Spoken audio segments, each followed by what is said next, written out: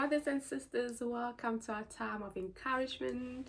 This is the day that the Lord has made, and we shall rejoice and be glad in it. Have you ever felt like you have this internal struggle where you want to do what is right, you know what to do, the right thing, but you just struggle to do it? And I think this is what we all go through. Some call it the battlefield of the mind.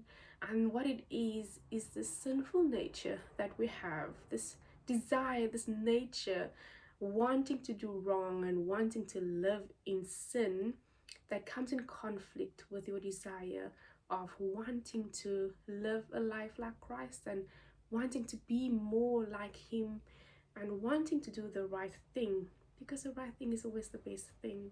So have you ever been there where you feel like, I'm just overwhelmed with this conflict of wanting to do right, but just seemingly all your efforts is going to waste?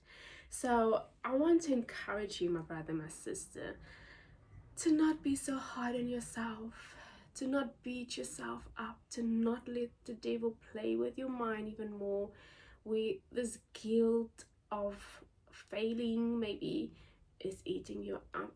And I want to encourage you that the desire that you have wanting to be more Christ-like is so honorable, and the Lord bless you for that. He honors you for that. He admires you for that. And sometimes that is enough, the desire that is the wanting to do the right thing. And in 1 Chronicles 17, the passage speaks about King David wanting to build God's temple. God was saying, King David, you live in this palace, and my covenant is in a tent. My church is a tent. My temple is a tent. It's time for God's temple to be built. And David had this desire. He was up for it. He was saying, Lord, here am I. I'm willing, I'm able. I want to build the best temple that anyone could possibly build for you, for your name, for your people. And God was saying, David, you're not the chosen one to do this job. I thank you for the desire. And it is written that David's son, King Solomon, was then chosen to build this temple for the Lord. So that to me was an encouragement that even though I have a desire to want to live like Jesus, if I have a desire to bless someone with something or do something for someone, and I'm not able to, or I don't have the means to, or I don't have the opportunity to, that the desire that is there sometimes is what God is looking for, the right heart posture, the fact that your heart is in the right place, your heart wants to be different and better and Christ-like. So be encouraged by that sometimes our actions come up short, but the desire is there to do better. And sometimes we mess up today, but there's hope, there's grace, there's forgiveness to do better tomorrow. And I want to bring you to Romans 7 verse 18, where Paul, the Apostle Paul, who has done great mighty things for the Lord, had this struggle, this internal struggle that's so uncomfortable. And he wasn't scared to bring this to the light, and he wasn't scared to share this with the brethren, because he knew it's not something that we suffer in isolation with.